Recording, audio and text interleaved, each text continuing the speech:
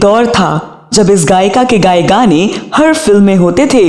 इस गायिका के गाए गाने आज भी इतने मशहूर हैं कि आपको थिरकने पर मजबूर कर देते हैं।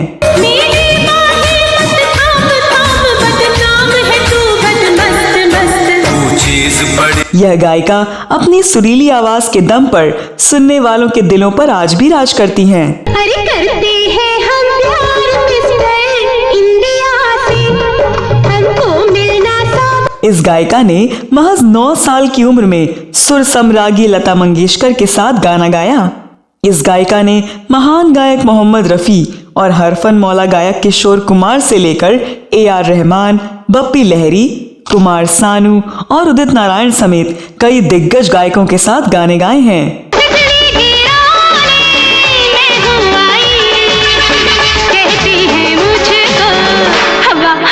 इस वीडियो में मैं आपकी दोस्त और होस्ट स्तुति अपने दौर की प्रमुख गायिका कविता कृष्णमूर्ति के सिंगिंग कैरियर और जीवन के बारे में बात करने जा रही हूँ, जिन्होंने 90 के दशक की लगभग हर फिल्म में गाने गाए। अच्छा नहीं लगता।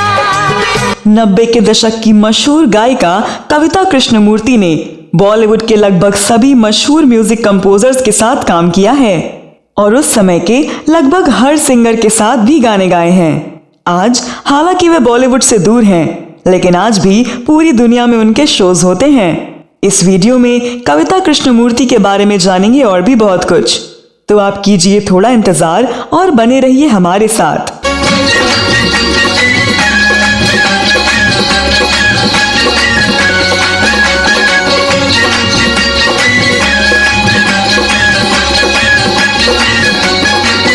उनका जन्म 25 जनवरी 1958 को दिल्ली के एक तमिल परिवार में हुआ था।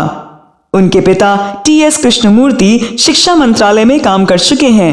बचपन में उनका नाम श्रद्धा कृष्णमूर्ति रखा गया था, लेकिन बाद में वह कविता कृष्णमूर्ति के नाम से ही लोकप्रिय हुई। कविता को बचपन से गाने का शौक था। उनकी संगीत की प्रारंभिक शिक्षा घर पर ही हुई। बचपन से ही उनकी आंटी उन्हें संगीत सिखाती थीं। इसके साथ ही कविता बचपन से ही रेडियो पर मन्ना डे और लता मंगेशकर के गाने सुना करती थीं। 8 साल की उम्र में कविता ने एक संगीत प्रतियोगिता में हिस्सा लिया। इस प्रतियोगिता में वह प्रथम पुरस्कार की विजेता रही। 9 साल की उम्र में उन्हें लता मंगेशकर के साथ गाने का मौका मिला और उन्होंने एक बांग्ला गाना गाया। दरअसल हेमा मालिनी की मां और कविता का परिवार एक दूसरे को पहले से जानता था। कविता ने हिंदुस्तानी शास्त्रीय संगीत के क्लासिकल सिंगर बलरामपुरी से संगीत सीखा और मुंबई शिफ्ट हो गईं। उन्होंने मुंबई के सेंट जेवियर कॉलेज से ग्रेजुएशन की डिग्री हासिल की और यहीं से वो काम भी तलाशने लगी। हालांकि कॉलेज के समय में भी वह कई प्रतियोगिताओं में हिस्सा लेती थीं।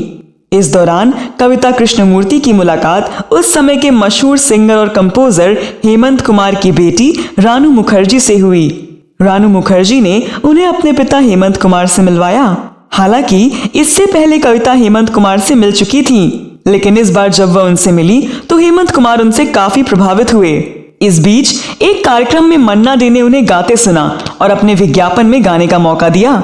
इसके बाद मन्ना डे ने उनसे रेडियो के कई और जिंगल्स गवाए, लेकिन वह फिल्मों में गाना गाना चाहती थीं और इसमें उनकी मदद हेमा मालिनी की मां जया चक्रवर्ती ने की। उन्होंने उनको popular music director Laxmikant Pyarelal से मिलवाया और अपने प्रोडक्शन हाउस में बनी फिल्म शरारा में कविता से डुप्लीकेट सिंगर के तौर पर गवाया था। इतना ही नहीं, कविता का गाया गाना पिक्चर में हेमा मालिनी पर फिल्माया गया। इसका खुलासा हेमा मालिनी ने इंडियन आइडल शो पर किया था।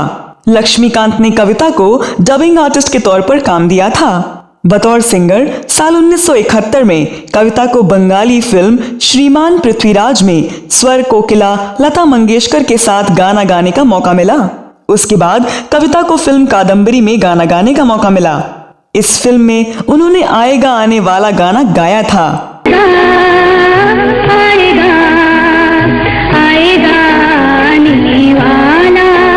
साल 1980 में कविता कृष्णमूर्ति ने फिल्म मांग भरो सजना में काहे को ब्याही गाना गाया।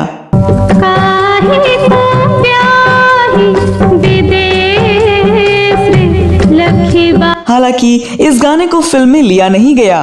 इसके बाद उन्होंने कई फिल्मों में गाने गाए, लेकिन उन्हें साल 1985 में रिलीज हुई फिल्म प्यार झुकता नहीं है से बतौर सिंगर के रूप में बॉलीवुड में खास पहचान मिली। इस फिल्म में उनका गाया गाना तुमसे मिलकर ना जाने क्यों सुपरहिट हुआ और इस गाने ने उन्हें सफलता की ऊंचाइयों पर पहुंचा दिया।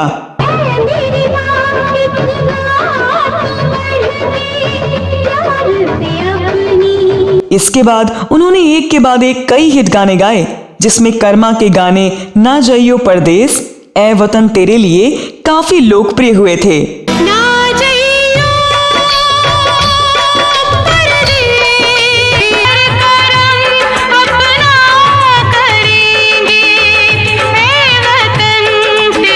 ये देशभक्ति के गीत आज भी लोगों की जुबान पर चढ़े हुए हैं। आजादी के मौके पर इस गाने को खूब सुना जाता है।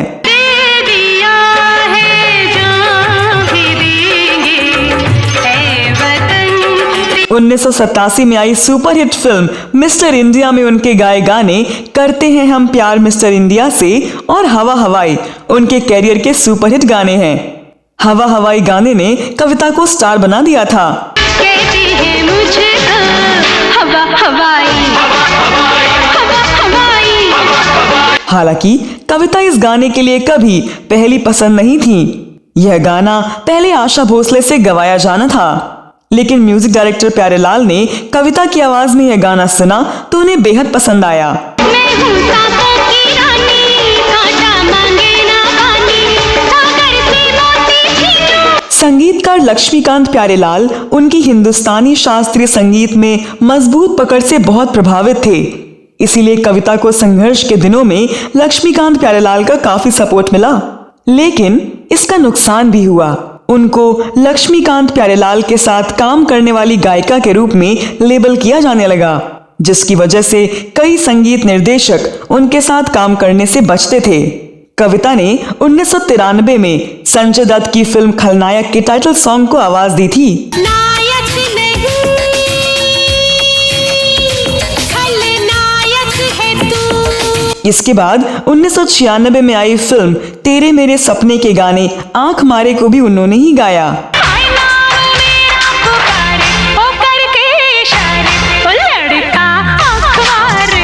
फिल्म 1942 अ लव स्टोरी के खूबसूरत गाने प्यार हुआ चुपके से गाकर वो काफी मशहूर हो गई थी, जिसे R.D. बर्मन ने कंपोज किया था। प्यार हुआ चुपके से, ये क्या हुआ। साल 2002 में देवदास फिल्म का डोला रे डोला और कभी खुशी कभी गम के बोले चूड़ियां समेत हजारों सुपरहिट सॉन्ग उन्होंने ही गाए हैं।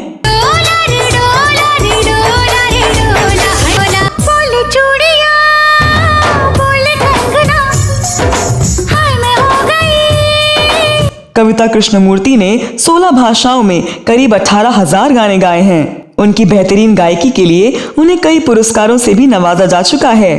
साल 2005 में कविता कृष्णमूर्ति को पद्मश्री से सम्मानित किया गया। उन्होंने फिल्मी गानों से लेकर गजल, पॉप, क्लासिकल और कई विधाओं के गाने गाए हैं। उनकी पॉपुलैरिटी सिर्फ फिल्मों तक ही सीमित नहीं थी।